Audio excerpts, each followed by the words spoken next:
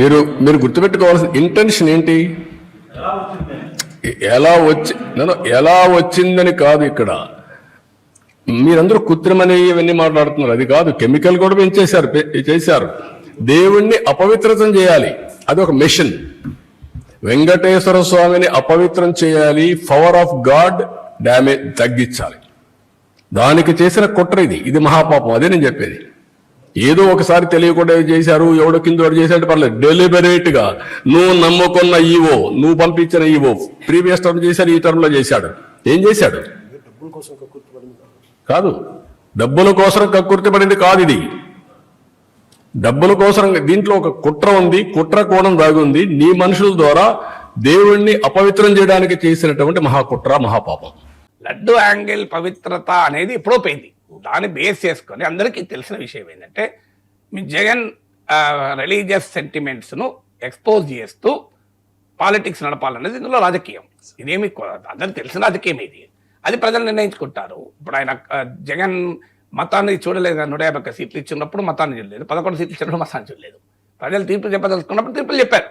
ఇప్పుడు 151 సీట్లు జగన్కి ఇచ్చి 23 సీట్లు చంద్రబాబు నాయుడుకి ఇచ్చినప్పుడు ఎవరు హిందువు ఎవరు క్రైస్తవుడని ఆంధ్రప్రదేశ్ ప్రజలు చూడలేదు కదా. సో హిందువైనా చంద్రబాబుకి 23 సీట్లు ఇచ్చాడు, క్రైస్తవ మత విశ్వాసాలు కలిగిన జగన్కైనా 151 సీట్లు ఇచ్చారు. మళ్ళీ నచ్చనప్పుడు ఏం చేశారు? జగన్కి 11 సీట్లు ఇచ్చారు, చంద్రబాబుకు 164 సీట్లు ఇచ్చారు. ఇందులో మతం ఎక్కడుంది? ప్రజలు మతం కోణాన్ని చూసి ప్రజా తీర్పులు చేయడం లేదు.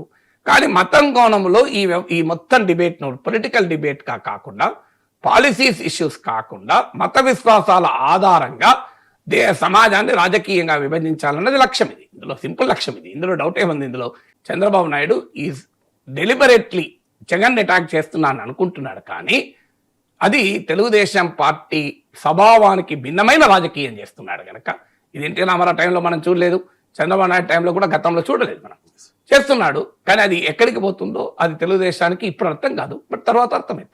కానీ మతం పేరిట రాజకీయం చేయడం సమాజానికి మంచిది కాదు. అందులో తెలుగుదేశం లాంటి పార్టీకి అసలే మంచిది కాదు. ఎందుకు మంచిది కాదంటే అది తెలుగుదేశం పార్టీ ఉనికి కాదు. ఏం జరుగుతుంది? మతం ఆధారిత రాజకీయం తెలుగుదేశం చేస్తూ పోతే ఇది ఇవాళ కాదు, దీని పర్యవసనం ఎప్పుడు వస్తుందంటే 5 10 వస్తుంది. చూడండి, నేను రాసి పెడతాను. ఎందుకు?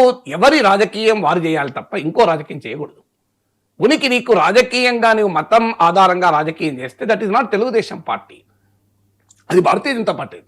బీజేపీ పెరుగుతుంది, ఎందుకంటే దాని బీజేపీ ఉనికి. అది మీకు జగన్మోహన్ రెడ్డి పులివెందుల చర్చిలో కేకులు తినిపించడం వల్ల స్టార్ట్ అయ్యి ఏకంగా జెరూసలం కూడా వెళ్ళాడు. ఆయన తన మత విశ్వాసాలు దాచుకోలేదు, అది ఆయన ఇష్టం. మనకేమి how can you and me object? రాజ్యాంగం వారికి విశ్వాసం కల్పించింది.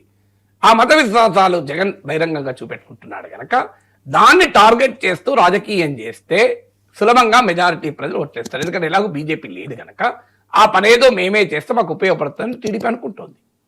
Wish them all the best. ఏం జరుగుతుందో చూడండి మీరు.